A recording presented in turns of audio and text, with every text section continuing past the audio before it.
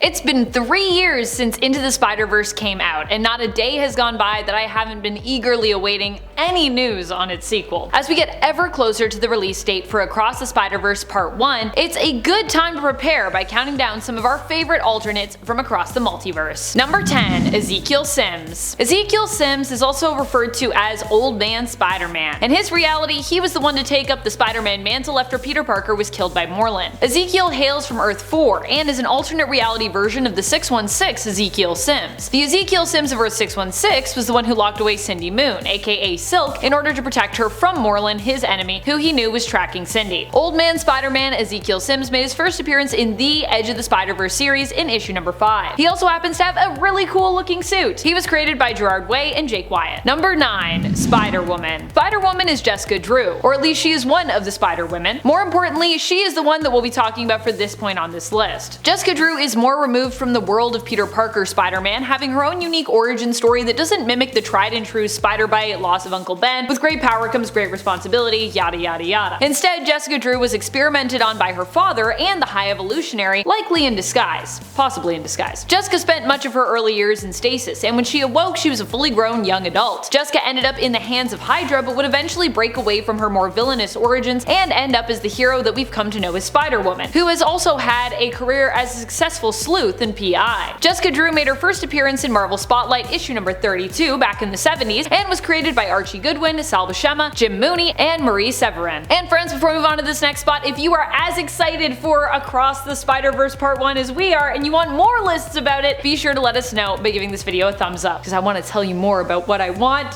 for this movie and what I want for all of us. Number 8. Lady Spider. Lady Spider is an alternate I'm particularly fond of. I just love her overall design and the fact that she is from the turn of the century. Lady Spider is Maybelle Riley. Her father was an inventor and inspired May to become an inventor herself and ultimately a hero. She used parts he had in his garage after he passed away to build her own spider suit and her own web shooters and 4 mechanical arms, which also granted her the ability to wall crawl. While Maybelle doesn't have any superpowers, she is considered to be quite intelligent and resourceful. And honestly, she doesn't need powers to be a cool inventor Spidey alternate. After all, inventing is a hugely important skill of Spider-Man's too that often gets overlooked or forgotten. Lady Spider first appeared in Spider-Verse issue number 1 and was created by Robbie Thompson and Dennis Madrid. Number 7. Spider-Girl. For this Spider-Girl, we're talking about Anya Corazon. She is an alternate Spider-Folk from Earth 616. Anya herself is another Spider Totem who gets her powers from a more mystical source known as the Spider Society, where she was granted a spider tattoo that basically gave her spider-like powers. At least, that's how it seemed initially. Or you could look at it like she got spider-like powers and then she got the tattoo from those. In truth, the Spider Society had only unlocked Anya's true potential though, allowing her to tap into and access her natural powers, which were simply lying dormant. Now, however, Anya no longer possesses these same powers, instead having powers that mimic Spider-Man following the events of Spider Island. Anya, or Aranya as she is also referred to, made her first appearance in the 2004